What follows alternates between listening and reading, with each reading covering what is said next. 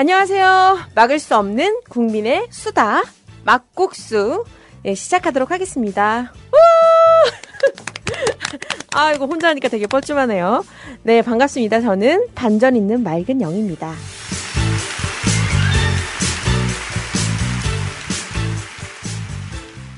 네, 오늘은 국정원 내란 음모 조작 사건 얼마 전에 1심 재판이 진행이 되었는데요. 네, 그 가족분들 모시고 이야기 나눠보도록 하겠습니다. 아, 네, 안녕하세요. 드디어 만났군요. 네, 자기소개 부탁드립니다. 네. 안녕하세요. 저는 내란 음모로 구속된 수원시 사회적 경제지원센터 센터장 이상호 씨 부인 윤소영입니다. 네, 이상호 씨 부인 윤소영 씨. 네. 안녕하세요. 저는 내란 음모 조작 사건으로 구속된 수원 의료사업 이사장 한동근 씨 부인 임이화라고 합니다. 아, 네, 반갑습니다. 네, 반갑습니다. 제가 어떤 말씀을 더 드려야 될지 모르겠는데 일단 진행을 하면서 얘기를 나눠보는 걸로 했으면 좋겠고요. 네, 먼저 얼마 전에 재판이 있었고 참 재판 하시면서 여러 가지 많이 소회가 드실 것 같아요. 그래서 그런 얘기들은 이후에 좀 진행하면서 얘기를 나눠보는 걸로 하고, 얼마 전에 또 인권 탄압 문제 관련한 이런 이제 또 사례집 발표 이런 행사가 있었다고 들어서 그 사례집 발표에 관련한 좀 얘기들 이런 것들 먼저 나눠보고 진행하도록 하겠습니다. 네, 그 행사는 어떤 거였죠? 그 인권단체들이 이제 저희들에게 제목이 아무도 우리 얘기를 듣지 않았다요. 그래서 그러니까 우리 초창기에 이 사건이 터졌을 때는 여론 재판이 너무 심하고 완전히 저희가 정말 그때는 진보당과의 입장은 다르지만이라는 말을 꼭 붙이고 사람들이 이야기를 할 정도로 저희가 완전히 배척당하고 아무도 손잡아주지 않고 그랬던 그 시절도 저희가 이제 겪었고 이제 그러면서 그렇게 저희들이 아무도 모르는 인권 침해를 당하고 힘들어하고 이런 것들에 대한 것들을 이제 구속되신 분들 그다음에 압수수색 당한 분들 중심으로 해가지고 그분들의 이야기를 저희가 이제 만났어요. 인권단체에서 활동하시는 분들을 만나서 그분들이 저희 이야기를 들어주시고 그리고 되게 많이 놀랐다 그러시더라고요. 네. 이런 일이 있었구나. 그런 것들을 이제 모아서 자료집을 발간하고 보고대회를 갖는 그런 자리였습니다. 네. 그래서 정확하게 해드리면 내란 음모 정치공작 공안탄압 규탄 대책위 이런 게 세워진 거고 거기서 이제 인권 보고 대회를 한 건데 그렇게 한 거는 아니고요. 이거 인권 보고 대회는 국내에 있는 인권 사랑방이나 이렇게 많은 인권 단체들이 있잖아요. 모여서 이분들이 대책위로 꾸려서 진행한 거 아닌가요? 아니 그런 건 아니고요. 따로 있는 거고. 이분들이 이번 내란 사건 관련해서 인권 탄압 사례에 대해서 보고 조사를 하신 거예요. 그래서 같이 해서 팀을 꾸려서 이번 내란 사건에 관련돼서 관련된 23명의 그런 당사자들을 직접 인터뷰를 하셔서 그 내용을 가지고 이번 보고집을 만들고 지난 12일 날 서울에서 그 보고대회를 여신 거예요. 그래서 저희는 솔직히 지금까지 그 제목도 그렇지만 아무도 우리 목소리를 우리 이야기를 들어주지 않았거든요. 그러니까 저희는 그냥 이런 고통이 그냥 저희 속으로만 그냥 삼켜야 되는 건가 보다 이렇게 생각하고 있었는데 이분들이 저희 이야기를 들어주시겠다고 하셔서 직접 이렇게 팀을 꾸려서 다 이렇게 오셨더라고요. 그래서 저희가 그때 얘기를 많이 했었는데 솔직히 저희는 저희가 당한 일만 알지 다른 분들이 어떤 이번 사건 관련해서 어떤 일을 겪었는지는 저희도 잘 모르고 있었는데 저희도 이번 보고대를 보면서 그 그 자료집을 보면서 정말 이런 일들을 다들 겪고 계셨구나 하는 걸 보면서 많이 좀 가슴이 아프고 막 그랬어요. 그래서 그때 보고대회에서 부분들이 인권 단체 분들이 말씀하시는데 그러시더라고요. 이렇게 전혀 모르고 있었고 이 사람들은 워낙 그런 사람들이니까 뭐 잘 견디겠지. 그렇게 생각을 하고 있었는데 막상 만나서 인터뷰를 하고 보니까 그렇지 않구나 하는 걸 알고서 이렇게 인터뷰하면서 같이 많이 우셨다고 예, 그러시더라고요. 그러면서 많이 늦어서 미안하다고 이제사 목소리 이렇게 이런 자리를 가지게 돼서 미안하다고 그렇게 말씀을 하시더라고요. 그런데 저희 가족들은 그날 뭐 이렇게 아무튼 확 달라진 건 아니잖아요. 뭐가 이렇게 확 이렇게 나아지고 어떤 답은 아니었는데 되게 많이 위로받았어요. 이렇게 얘기한다는 것 자체가. 네, 누군가가 우리가 아닌, 그냥 우리끼리 이거를 다 이게 꼭 끌어안고 몰매를 맞고 있었는데 누군가 하나, 얘기해 들어주고. 네, 아프겠구나 하고 쓰다듬어 주는 게. 또 막을 수 없는 국민의 수다입니다.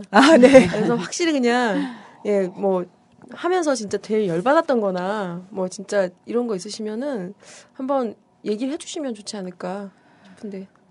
네. 저희 같은 경우는 이제 처음에 들어올 때부터 이제 막 새벽에 6시 반쯤인데 다 자고 있는데 막 문을 두드리면 여자가 센터장님 하면서 막 다급하게 무슨 큰일이 있는 것처럼 두들겼는데 그 바로 앞에가 딸방이었어요. 그래서 딸이 자다가 일어나서 누가 이제 직원이 와서 문을 두드리는 줄 알고 이제 저랑 아빠를 깨워서 이제 문을 열고 국정원이 이제 막 밀고 들어온 거죠. 네. 그래서 아이가 되게 그 이후로 많이 힘들어한 거예요. 이제 자기가 문을 열어줘서 그렇게 이제 됐다. 네, 그 아빠를 깨워서 아이고. 네 그렇다라는 걸로 굉장히 이렇게 아이가 상처를 많이 받고 그런 경험도 있고 또 저희 그러니까 이제 그날 하루 종일 종편 TV가 계속 저희 집 찍어대고 집 앞에 경찰차며 뭐 보도 차량들이 막 온 동네를 다 막 장악하고 있고 그런 상황에서 정말 누가 무슨 일이 있었는지 다 알 정도로 오죽하면 뭐 동사무소랑 파출소에서 사람이 나와서 살인사건 신고 들어왔다고 할 정도로. 네, 그렇게 올 정도로 뭐 그렇게 동네가 뒤집어졌었는데 그 일이 있고 며칠 뒤에 이제 차에다가 간첩차라고 누가 써놓고. 네, 커다랗게 써놓고. 어떻게 해결이 됐나요, 그거는? 이제 저희가 이제 너무 무섭고 또 구치소도 가야 되고 그런 상황이어가지고 이제 여기 이미아 씨랑 같이 열심히 지웠어요.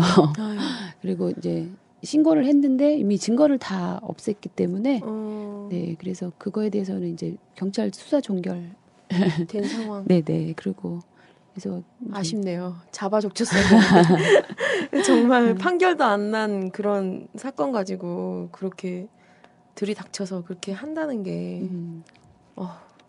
네, 그런 그때 소영 언니 같은 경우는 어떠셨어요? 그러니까 이게 차라리 국정원 직원이나 국정원 사람들이나 그런 보수 사람들이 그런 짓을 했으면 그나마 그런 나쁜 사람들이니까 이렇게 생각했을 텐데 혹시나 이것을 이웃이 했으면 어쩌지 하는 그런 그러면은 지금까지 거기서 오랫동안 이렇게 진짜 보시면 이 언니 집은 대문도 다 열어놓고 사는 그런 집인데 이젠 이웃까지 의심하면서 살아야 되는 정말 최악의 경우잖아요. 그렇죠. 그래서 저는 속으로 범인이 이렇게 딱 밝혀져서 범인이 밝혀지면 좋겠다는 생각도 들지만 만약에 범인이 밝혀졌는데 그게 이웃이면 그렇지는 않을 거예요. 그럴까요? 다 이제 부대들이 있잖아요. 그 그쵸. 사람들이 몰고 다니는. 그래서 어디 가나 뭐 이렇게 다 붙어서 뭐 하는 이런 이제 좀 기획과 조작이 아닐까. 근데 그때 당시에는 그런 걱정도 많이 했었어요. 그래서 오죽하면 CCTV까지 달고 지금 그렇게 생활을 하고 있거든요. 아이고. 그 압수수색 하실 때 어떠셨어요? 이화 씨. 저는 이렇게 나중에 그 인권보고지 보니까는 다들 비슷하긴 한데 새벽에 들이닥쳤거든요. 여름날 새벽이었어요. 그러니까 다들 이렇게 막 옷차림이 막 그런데다가 이 사람들이 문을 열어줄 tum을 주지 않고 있었어요. 이렇게 옷을 좀 갈아입고 문을 열어주겠다 그래도 문을 이렇게 뜯고 있는 거 빠른가? 그걸로 막 이렇게 뜯었어. 막 뜯고 있더라고요. 그래갖고 알았다고 그래서 문을 이렇게 이렇게 다 포기한 거죠. 이제 뭐 다 예. 문을 딱 열어줬더니 그 정복을 한 열댓 명이 막 동영상 그 캠코더까지 킨 상태로 우르르르 집으로 이렇게 밀고 들어오더라고요. 좀 표정이 어땠어요? 들어오면서 그 사람들 표정 잘 기억나지 않아요. 그냥 되게 이 사람들은요 처음부터 끝까지 당당했어요. 실실 웃으면서. 네, 당당했고요. 그리고 계속 그 조사하는 동안에도 그냥 새벽부터 저녁까지 조사를 했어요. 뭐 쓸데없는 것까지 갖고 가더라고요. 저희 애기 갖고 놀던 핸드폰, 옛날 핸드폰, 중고 핸드폰 있거든요. 그거 켜지지도 않는 거, 그거를 갖고 가길래 그리고 우리 애기 장난감이라고 막 그랬더니 갖고 가야 된다고 두고 가더라고요. 알았다고. 그래서 그런 것도 다 내주고 막 근데 마음대로 하라고. 직원 하나가 자꾸만 따라다니면서 웃는 거예요. 저를 보면서 계속 웃는 거예요. 제가 계속 따지고 막 그랬거든요.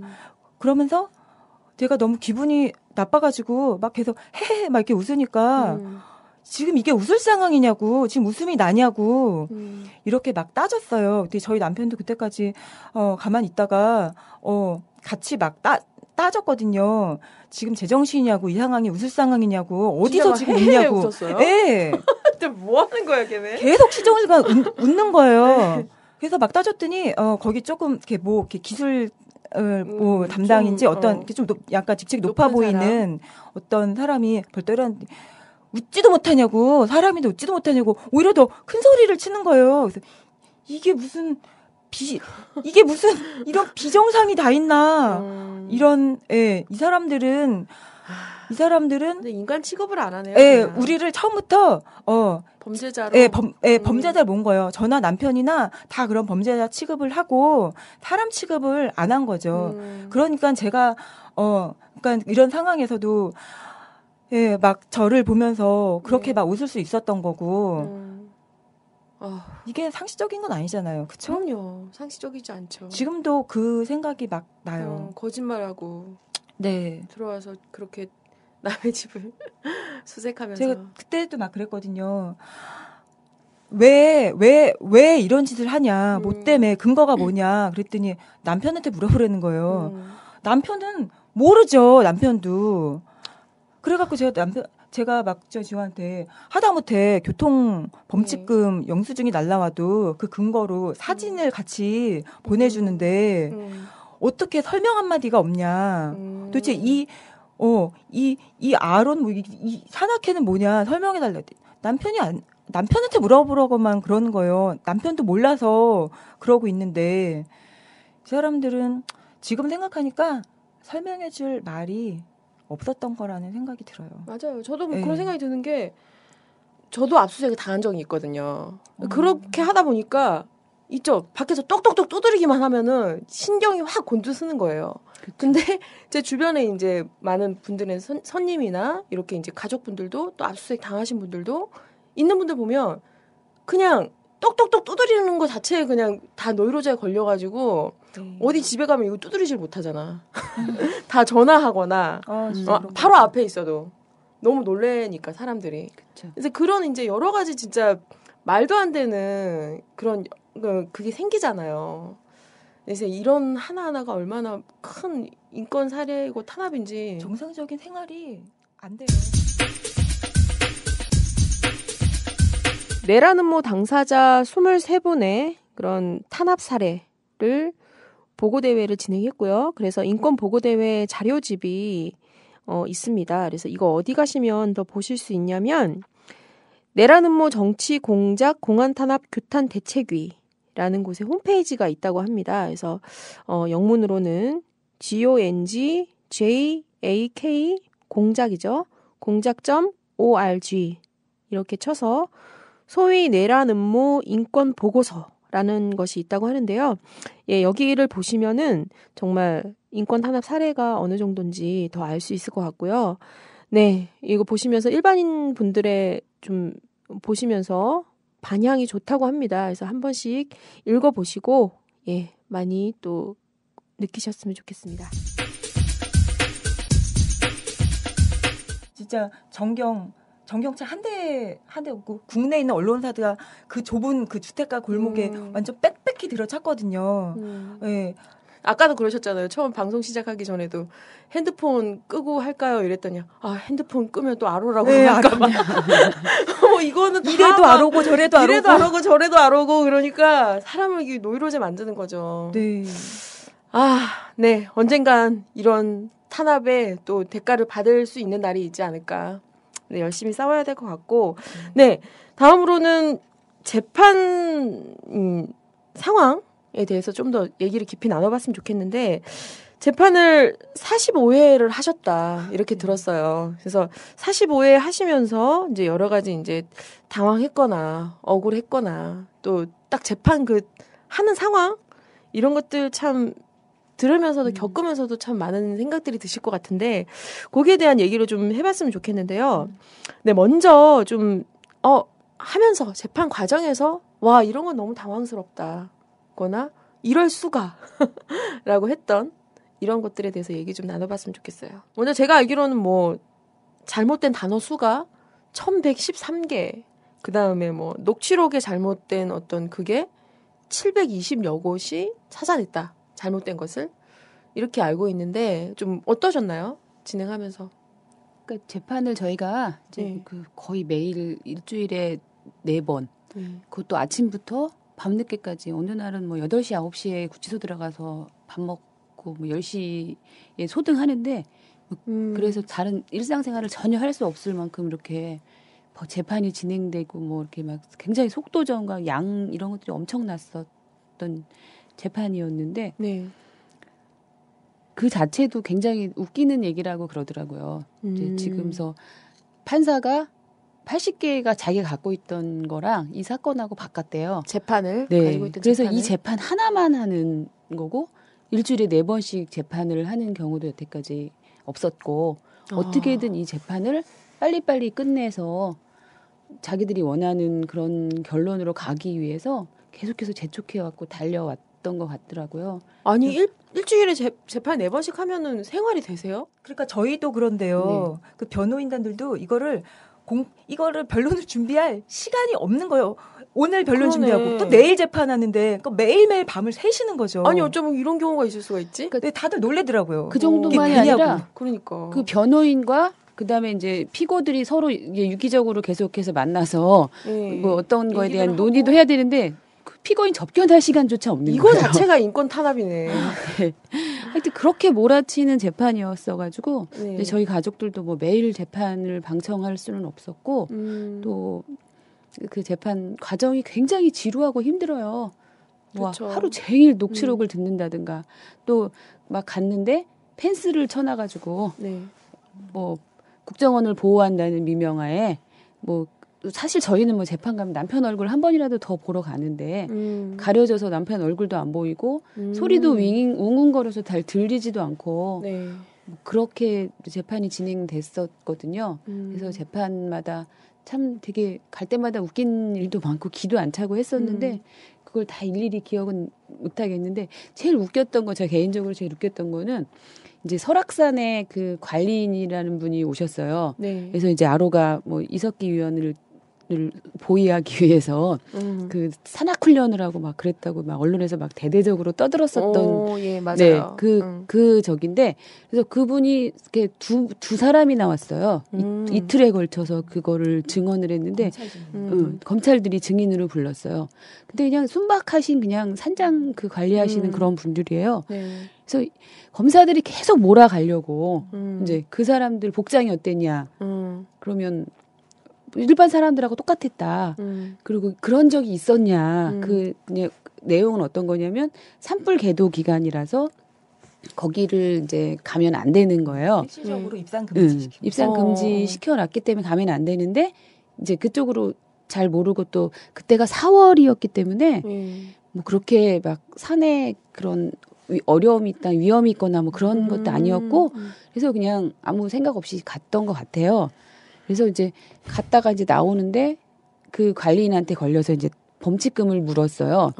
그래서 이제 20여 명이 갔는데 8명이 딱지를 끊었대요. 그래서 이제 딱지도 이제 10만 원씩인데 그래서 이제 계속 그거에 대해서 추궁을 하는 거예요, 검사가. 그러면서 사람들이 순순히 신분증을 보여주느냐. 네. 그랬더니 다 순순히 내보내고 그런데 왜 20명 중에 8명밖에 못 받았냐. 그랬더니 한 차가 와도 5명밖에 힘들고 사람들이 다 따진대요. 자기들은 법적 구속력이 없고 뭐 신체를 만지거나 해도 자기들이 오히려 경찰이 그러니까. 아니기 때문에 그런데 이 사람들은 굉장히 순순히 내줬고 오히려 네. 딴 사람들 네. 그렇게 하고 뭐 옷에 뭐 흙이 묻어 있거나 뭐 다른 뭐 무슨 밤을 새기 위한 뭐 이런 게 있거나 뭐 네. 군사 훈련을 하기 위한 장비가 있었냐라는 질문을 계속 하는데 절대 아니다. 그런 거 없었다. 얼마나 아니더래요. 예, 맞아요. 딱 강원도 아유 없으더래요. 그렇게 얼마나 당황하셨을까 그분들 정말. 네. 그러면서 이제 마지막에 이제 그 사람들이 뭐라 그랬냐고 했더니 하시는 말씀이 봐달라 그랬다고. 봐달라 그래. 그 얘기를 듣고 진짜 법정이 빵 터졌었어요. 아이고. 그렇게 참 착하고 네. 그런 분들이 가서 순순히 신분증 내주고 이런 사람들을 군사 훈련을 한 그 호위대라고 매도하는 이 말도 안 되는 이것들이 정말 참 이 대한민국 진짜... 21세기 대한민국에서는 볼 수 있는 네, 그런 상황이었던 것 같아요. 그러네요. 그 녹취록 아까 말씀하셨었잖아요. 처음에 진짜 녹취록 내가 모르는 뭐가 있나? 막 그런 다들 그런 생각을 할 수밖에 없잖아요. 근데 재판 과정에서 와 진짜 해도 너무한다. 네, 이 생각이 막 들더라고요. 그렇게 많이 녹취가 됐고 심지어 언론에서 무슨 뭐 전쟁을 하자 뭐 이렇게 준비하자. 전쟁을 준비하자 이런 제목으로 뽑은 것조차 알고 봤더니 다 의도적으로 국정원이 왜곡한 거더라고요. 전쟁을 막자라고 얘기한 거를 전쟁을 막자를 정제를 하자라고.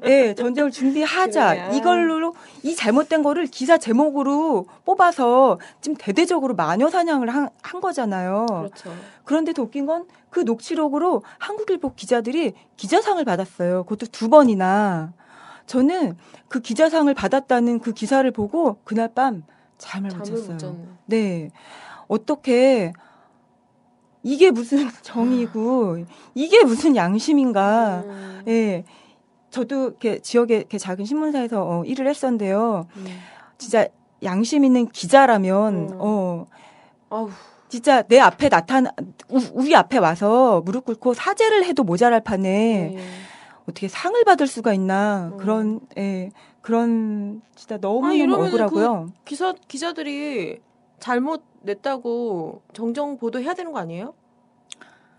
안 하더라고요.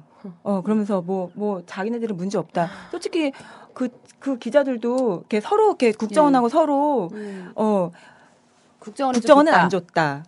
기자들은 국정원에서 받았다. 막 이런 식으로 지금 이거는 서로 미루거든요. 기자가 아니라 독재 정권의 나팔수구만. 저는 이렇게 전에도 한번 글을 쓴 적이 있는데 저는 이 기자들이 펜을 들고 있는 게 아니고 피 묻은 칼을 들고 있는 거라고 생각해요. 그 칼을 지금 저희한테 맞아요. 휘두르고 있는 거죠. 맞습니다. 아우, 진짜 범죄자는 그 사람들이에요. 그래서 그날 어쨌든 그런 재판이 이제 유죄가 났잖아요. 예. 네. 그날 어떠셨는지.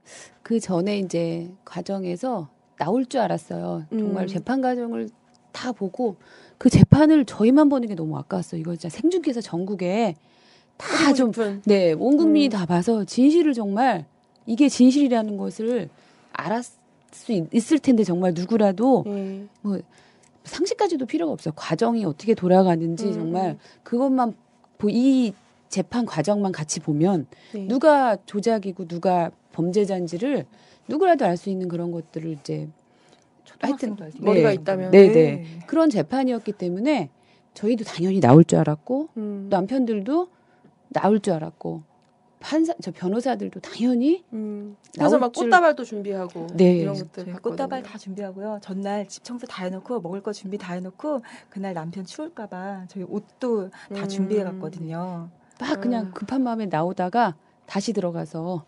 코트랑 벨트랑 챙겨갖고 나올 만큼 저희가 이제 그렇게 기대도 많이 했었고 당연한 결과라고 생각을 이건 너무 상식이다. 네. 이렇게 생각하신 거죠. 네네 그렇게 생각을 했었는데 전 그 판결문을 계속 들으면서 저는 아무튼 저희도 다 그렇지만 이런 재판이 처음인데요. 네. 어떤 분이 그러시더라고요. 이렇게 판결문이 처음에는 이렇게 나쁘게 나오다가 나중에 그러나 하면서 예, 좋게 나온다고 그래서 처음에 되게 황당하고 이상한 말들이 나오길래 그래 조금 있으면 그러나가 나올 거야. 그래서 계속 그러나를 예, 기다렸어. 예, 그러나를 계속 시계를 보면서 기다리고 있는데 안 나오는 거예요. 그래서 나중에는 이 판사가 지금까지 저 자리에 앉아있던 그 판사가 맞나 이 45회 동안 이 재판을 계속 진행했던 이 재판을 참여했던 그 판사가 맞나 하는 생각이 드는 거예요. 네. 다 한 번도 안 들어온 사람이 여기에 그 자리에 앉아 있는 것 같은 예, 사람 생각이 드는 거예요. 이거 뭐가 잘못됐다. 그러면서 정말 참 진짜 이건 너무 억울하다는 생각이 들더라고요. 검사들의 논리는 이제 북한과 연관이 되어 있지 않으니까 더 위험하다. 그렇죠. 네.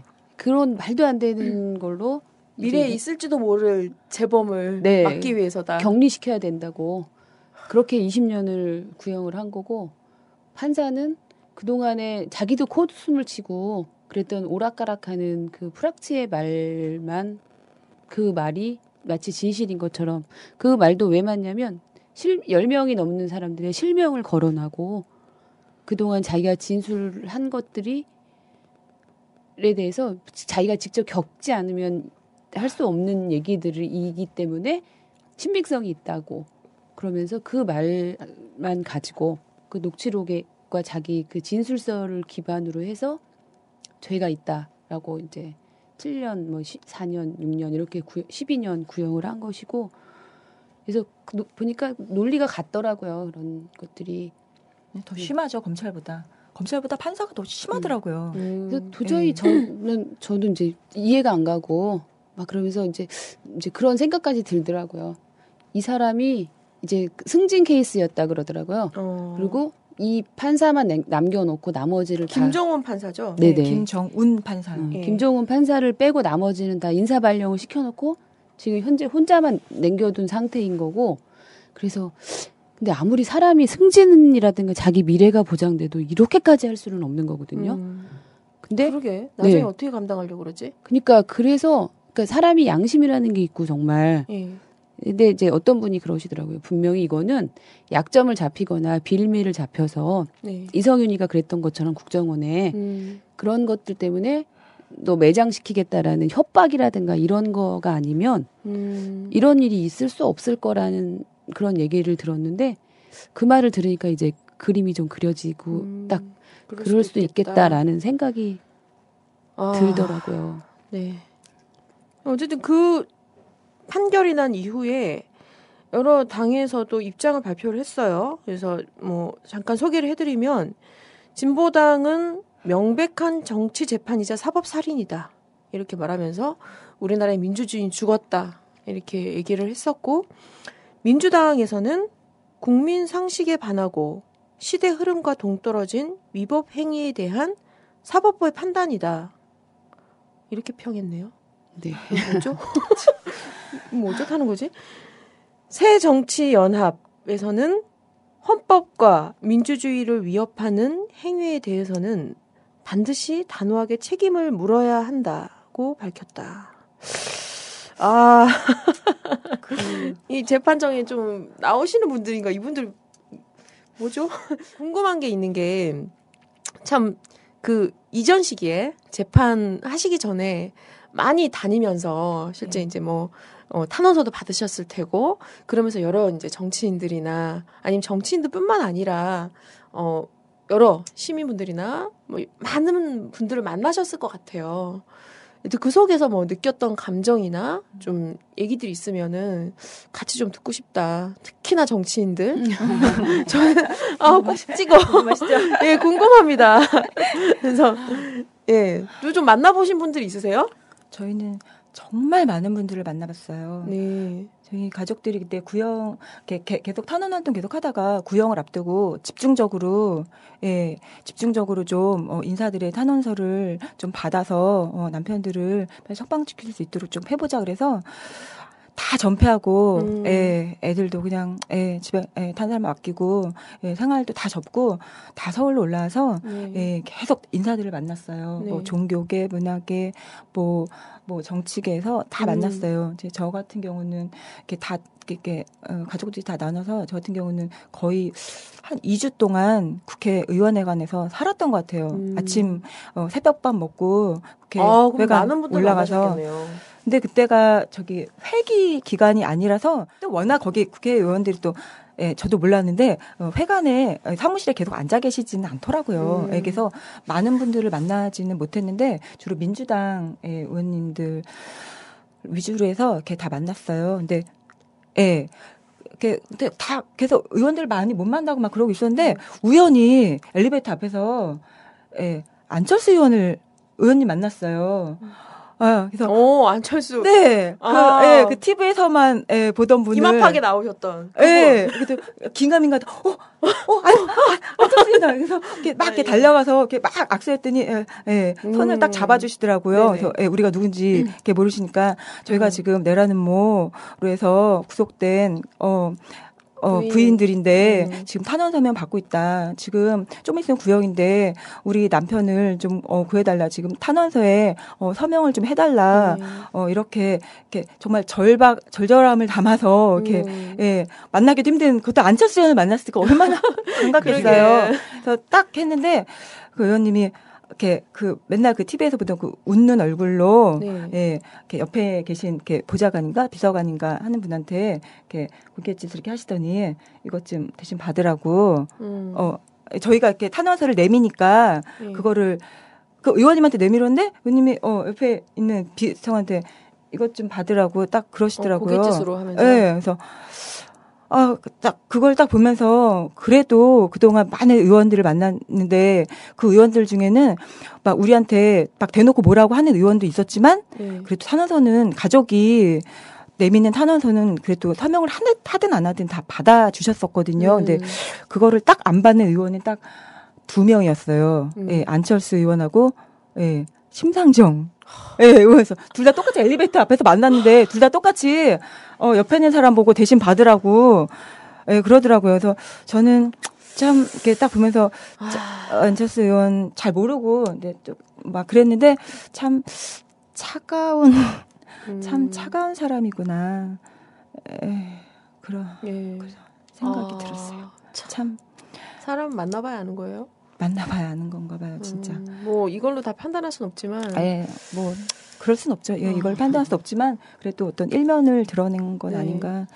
그냥 뭐 이게 탄원서에 무게가 있으니까 뭐 못해줄 수도 있고 저는 이렇게 다 알아요. 다 아니까 뭐 못해줄 수는 있지만 그래도 빈말이라도 얼마나 힘드냐고 빈말이라도 위로까지는 아니더라도 딸랑 종이 한 장은 좀 받아줄 수 있지 않나 그런 생각은 했는데 그거 보면서 그날 많이 진짜 외치셨구나. 많이 계속 생각나요. 그날의 그 엘리베이터 앞에서의 그 장면이 계속 생각나요. 참 그렇구나. 이런 사람도 있구나. 이렇게 혹시 뭐 윤소영 씨는 만나본 분 계세요? 저는 문재인 네. 아이고. 네. 해외에 갔다가 오셔가지고 이제 당연히 해외에 있다는 이제 얘기를 듣고 없으실 줄 알고 있는데 마침 그때 딱 국내에 들어오셔서 오자마자 이제 보좌관들한테 인사하러 국회 회관에 들리신 거예요. 네. 근데 제가 이제 사무실에서 나오다가 뵀는데 그때는 정말 너무나 절박했었어요. 그러니까 내란 음모는 사형 아니면 무기징역이다. 그렇죠. 네. 그렇기 때문에 정말 그 심정은 굉장히 절박한 심정이었는데 딱 의원님을 보자마자 눈물이 확 나고 너무 막 맞아요. 그런 뭔가 그래도 무게도 있으시고 이러니까 그런 기대 막 그런 거랑 뭐 무게가 있으니까 해주시고 안 해주시고는 두 번째 문제고 다 그러면서 눈물이 나오면서 내라는 거는 사형 받을지도 모르는데 우리 남편 좀 살려달라라고 아이고. 이제 말씀을 드렸더니 막 되게 눈빛이 흔들리시고 어떻게 하실 줄을 몰라 하시면서 손은 잡아주시더라고요. 그리고 거기 있는 보좌관들이 다 눈시울이 붉어져가지고 그러면서 이제 검토해 보신다고 말씀은 해주셔서 저는 뭐 그렇게 엄청난 상처를 받지는 않았어요. 결국 이제 써주시지는 않으셨지만 써주지는 않으셨고. 네네. 그러면 뭐 또 여러분들 만나셨을 것 같은데 그러면서도 고마운 분들도 많으셨을 것 같고. 네, 고마운 분들 정말 정말 많죠. 네. 정말 많았어요. 그중에 저희 가족들이 가장 고마우신 분이 바로 NCCK의 정진우 목사님이시거든요. 근데 저희가 이렇게 모든 걸 적고 이렇게 탄원서를 받아야 되겠다고 했을 때 저희한테 이렇게 저희를 받아주는 곳이 없었어요. 예. 그럴 때 정진우 목사님이 우리가 힘이 돼줄 테니까 들어와라. 그래서 기독교회관에 네. 들어와라. 그래서 거기 장소를 마련해 주셔서 저희 가족들이 거기를 기점으로 해서 네. 이렇게 밤낮으로 계속 탄원서를 받으러 막 다니고 그랬었거든요. 다니면서도 계속 저희한테 막 힘이 되어주시고 막 주변에 얘기도 많이 막 해주시고 이 사람들 도와줘야 된다. 막 그렇게 말씀도 많이 해주시고. 도움을 되게 많이 주셨어요. 그래서 저희는 진짜 이렇게 그렇잖아요. 어려울 때 네. 이렇게 손을 내밀어 주시니까 더 진짜 고맙고. 눈물 나게 고마운 거예요. 저희한테는 저희는 NCK 정진 목사님을 저희 은인이라고 부릅니다. 정진우 목사님. 정진우 목사님. 네. 네, 감사합니다. 정진우 목사님. 네.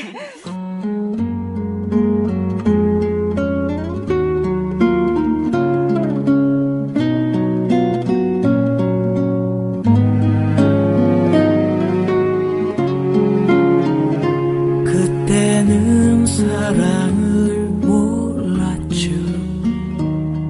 당신이 힘든 것조차 받으려고만 했었던 날 그런 세월만 갔죠. 어두운 밤이 지나가고 새벽이 오는 것처럼 오직 나 위한 그 마음 이제야 느낄 수 있죠. 고마워요. 오랜 그 시간 끝없는 당신의 사랑 이제 다시 꿈을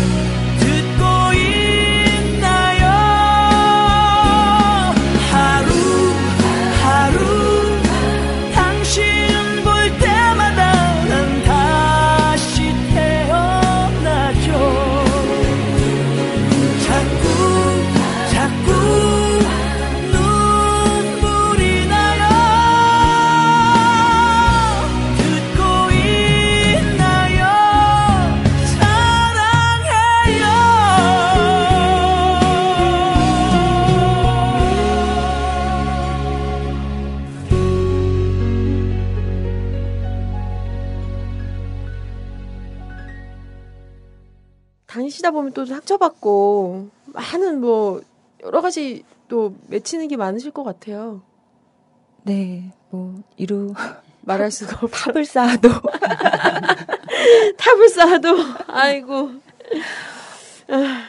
뭐 이렇게 그때 또 어떤 분은 또 막 그러시더라고요. 뭐 죄값은 받아야지. 이러시더라고요. 그래서 죄가 뭔데요? 그래서 막 그냥 죄가 있으면 당연히 받죠. 그 죄를 사해달라는 게 아니고, 그러니까 그 있는 것만큼의 그러면 죄가 있으면 그 있는 것만큼의 죄는 정말 고맙게 달게 받겠다는 건데 지금 없는 죄를 가지고 엄청난 처벌을 하려고 하니까 지금 종북몰이를 하니까 네. 그것 때문에 지금 억울한 건데. 이 억울한 건데 저희한테 죄값을 받으라고 하니까 진짜 그런 게 진짜 비수처럼 네 꽂히더라고요. 얼마 전에도 저도 며칠 전에 KBS에서 뉴스를 봤는데 그 얘기가 나오더라고요. 종북은 엄단해야 된다 뭐 이렇게 나오더라고요. 종북이 뭔데? 누가 종북을 했다고? 심지어 검사도 북하고 연계는 밝히지 못한 이런 상황에 대해서 얘기를 했는데 KBS 뭐 하는 거지? 얘네 뭐 언론인가 싶은 거예요. 그래서 이런 얘기들을 듣고 사니까 정말 이 미쳐 돌아가는 세상이라는 생각밖에 안 들더라. 저 자신도. 그래서 근데 오죽하시겠어요. 가족분들은. 얼마 전에 근데 그게 또 그렇게 인사들만의 생각이 아니고 또 일반 국민들도 또 많이 그렇게 생각하고 계시잖아요. 아까도 이렇게 잠깐 얘기했었는데 우리끼리 잠깐 얘기했었는데 관심조차 없고 그러니까 관심 없으니까 잘 모르니까 아무렇게나 얘기하고 이러는 것들이 또 저희 가족한테는 또 상처가 되고 진짜 막 그러거든요. 모르는 게 요즘에는 모르는 게 죄야. 죄악이야, 죄악. 한참 전에 그때 언제지? 그때 제가 탄원서를 이렇게 봤는데 저희 당원들이 겨울 내내 이렇게 막 탄원서를 받으러 여기저기 막 뛰어다니는데 하루는 거기 같이 갔었어요. 그래서 제가 그날 몸이 너무 아파서 이렇게 그때 햄버거 집에서 이렇게 잠깐 이렇게 쉬고 있었는데 거기 그래도 뭐라도 좀 해야 되겠다 생각이 들어서 옆에서 이렇게 한 가족이 저희 아이 또래 정도 되는 아이를 둔 이렇게 가족이 식사를 하고 계시더라고요. 거기 앉아 계시더라고요. 그래서 저 사람들한테라도 좀 탄원을 받아봐야 되겠다. 그래서 거기 갔어요. 가갖고 막 이런저런 설명하면서 탄원을 좀 받아달라고 했더니 대뜸 나 정치에 관심 없어요. 그러는 거예요. 그래서 이거 정치가 아니고 사실은 여기 구속된 사람이 제 남편이고 나는 이 동네 산다. 그렇게 막 얘기를 했는데 정치에 관심 없다니까요. 막 그러는 거예요. 그래서 더 얘기를 할까 하다가 식당이고 또 식사하신 중에 그래서 괜히 또 아이들도 이렇게 눈을 동그랗게 뜨고서 이렇게 막 보고 있는 거예요. 그래서 또 이렇게 안 좋겠다 생각해서 그냥 얘기를 했는데 가만히 앉아서 그 생각이 들더라고요. 이게 정치인가? 나도 불과 얼마 전까지 여기서 우리 아이랑 아빠랑 이렇게 같이 저 햄버거를 맛있게 먹고 있었는데 나는 진짜 내가 바라는 건 그건데 이게 정치인가?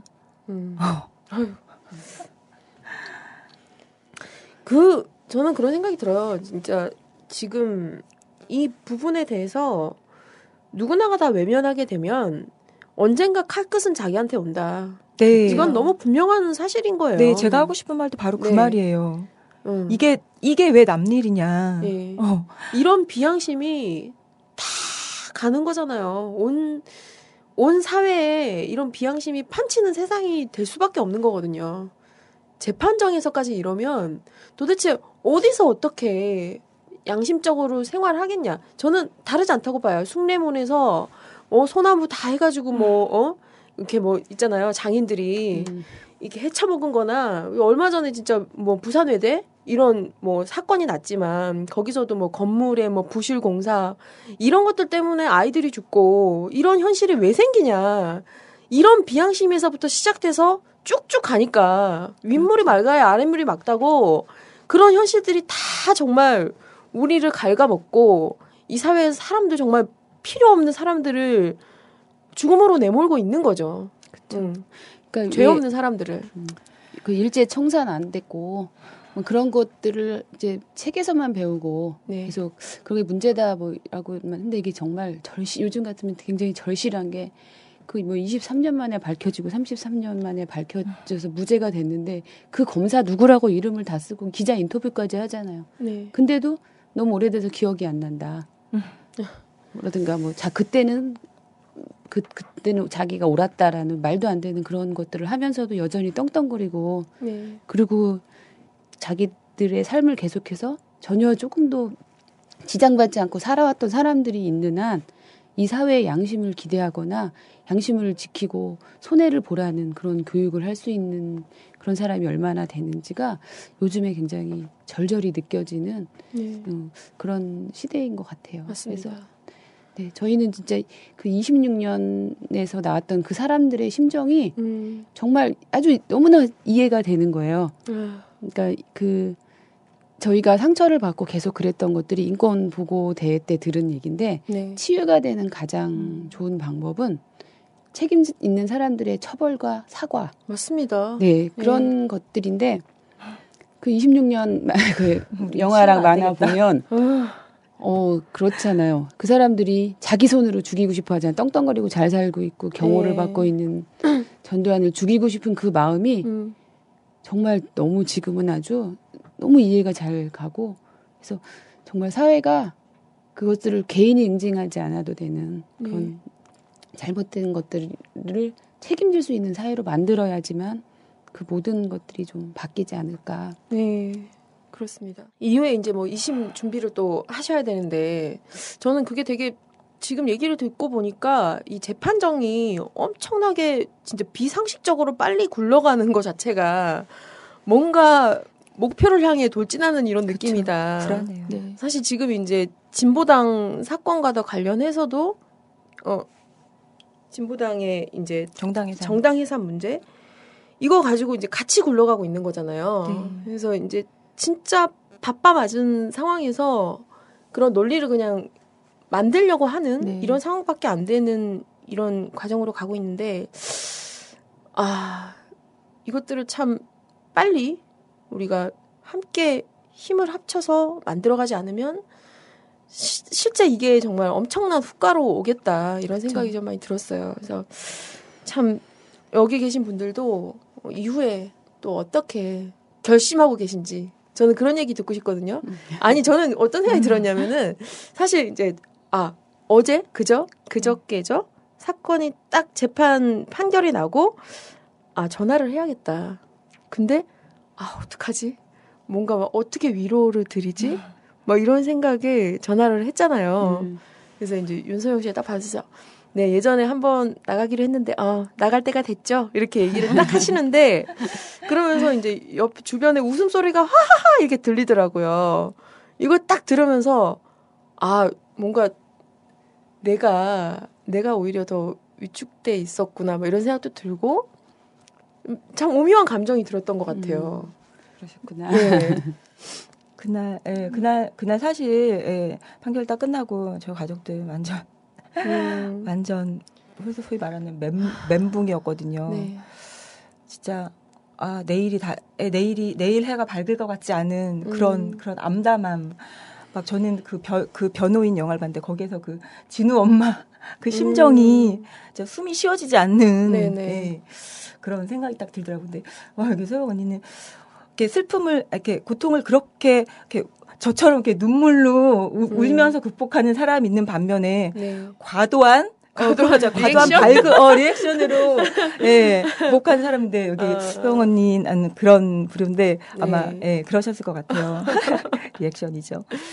뭐 계속 감정 상태가 왔다 갔다 하고 불안하고 뭐 편하진 않고 가슴도 계속 막 병 될 것 같다 이렇게 냅두면 병 될 것 같다라는 생각이 들 만큼 막 쿵쾅쿵쾅쿵쾅 거리고 정말 뭐 온갖 감정이 다 이렇게 되죠. 네네. 그러니까 정말 치료도 필요할 만큼 이제 심신의 안정이 안 되는 상황이지만 그래도 어떻게 해요? 우리가 앞장서서 싸워야 되고 바꿔야 되고 그런 또 위치에 있는 것들을 하고 또 아이들하고 살아야 되고 예. 남편들하고 다시 좋은 날을 맞아야 될 생각을 하면 가만히 주저앉아 있을 수는 없다라는 생각이 들고요.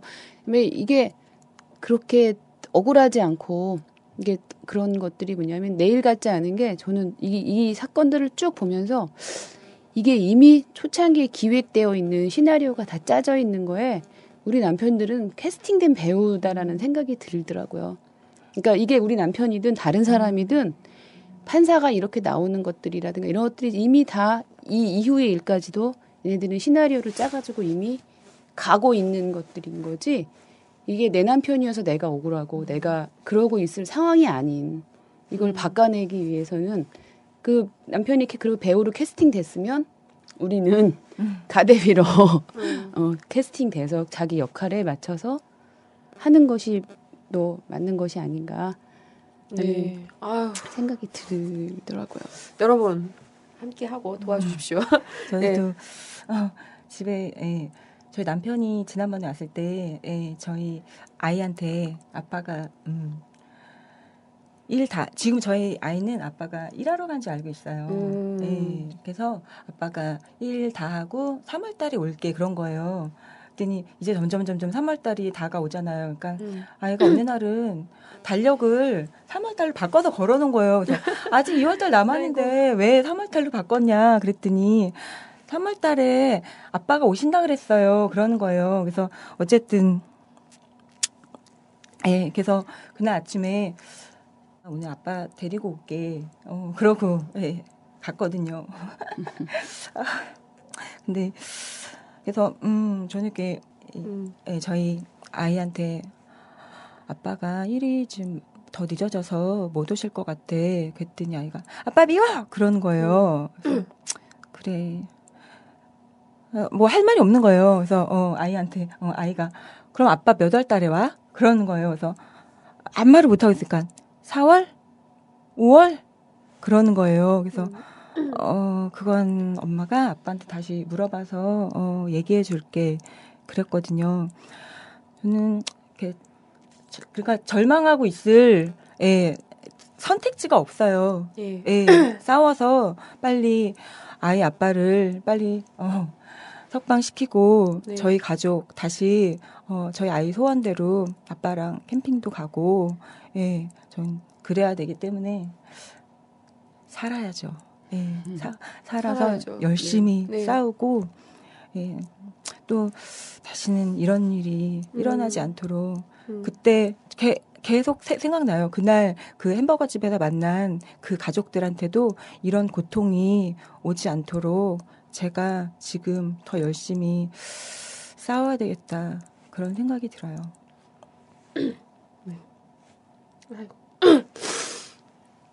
저는 추진이 되고 있죠. 이석기 제명안, 그 다음에 이석기 방지법 이런 거 만들겠다라는 얘기들을 이제 새누리당에서 하고 있고, 이렇게 돼서 정말 비양심으로 굴러가고 정말 리턴 유신으로 실제로 가고 있는 이런 사회가 정말 자기 자신에게, 우리 가족에게 끼칠 영향은 어떻게 닥칠지 모른다 이런 생각이 들고, 그런 상황에서 정말 씩씩하게 싸워주시는 우리 가족 대책위 분들 너무 정말 힘내시라는 말씀 드리고 싶고, 그것만이 정말 우리나라의 민주주의를 지키고 내 자신도 지키는 길이다. 이런 거 너무 명확한 것 같고요. 그래서 참 저는 그런 생각이 들어요. 어떻게 사실까? 아까는 말했듯이 진짜 아이들하고 가정 꾸려 가시려면 남편도 없는 상황에서 정말 재판정도 쫓아다녀야 되고 이러시면서 사실 직장도 그만두셨다고 아까 기자 하시다가 그런 얘기 들으면서 진짜 생활도 말이 아닐 거란 생각이 들어요. 그래서 여러분, 우리가 할 게 뭐가 있을까요? 계좌번호 시원하게 한번 불러드리고 가도록 하겠습니다. 국정원 내란음모 조작사건 공안타답 가족대책위입니다. 농협이고요. 302-6842-6842-01 농협 박사옥 여기로 보내주시면 됩니다. 다시 한번 불러드리겠습니다. 302 다시 0755 다시 6842 다시 01 박사옥 농협으로 보내주시면 우리 가족 대책위 분들과 힘차게 또 우리 사회를 바꿔나가는 이런 일에 크게 일조하실 수 있지 않을까 이런 생각이 들고요. 그래서 우리 다 같이 힘내서 함께 이 사회를 정말 헤쳐나가야 된다 이런 생각이 들고 참 이런 말 하긴 그렇지만 정말 지아비의 뒷다리고 제명을 재촉하는 것 같아요. 지금 상황을 보면 국민들 그쵸. 무섭다는 거를 확실히 이제 날도 따뜻해지고 이정희 대표님 그때 기자회견 보니까 저항의 봄을 만드시겠다 이런 말씀 해주셨는데 정말 말 그대로 저항의 봄이 오고 있다. 이거를 이제 기름을 붓고 있다 이런 생각이 들고요. 힘내서 그런 앞날을 더 우리가 만들어 갔으면 좋겠습니다.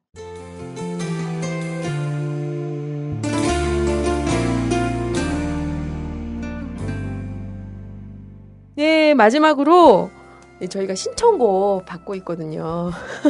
그래서 둘 다 같이 해야 되나? 근데 한 곡만 틀어야 돼서 어떡하지? 저는 빨리 봄이 왔으면 좋겠다는 뜻으로요. 김유나의 봄이 오면. 김유나의 봄이 오면. 좋습니다. 노사연의 사랑. 사랑하니까. 그런가요? 네, 알겠습니다. 그러면, 김유나의 봄이 오면, 노사연의 사랑. 마지막 곡으로 어떤 곡이 선별될지 모르겠지만. 들으면서 이 시간 마치도록 하겠습니다. 오늘 너무 나와주셔서 감사드리고요. 이후에 힘차게, 힘내시고, 파이팅 해서 우리 저항의 봄을 만들어 갔으면 좋겠습니다. 네, 감사합니다. 네, 고맙습니다. 네.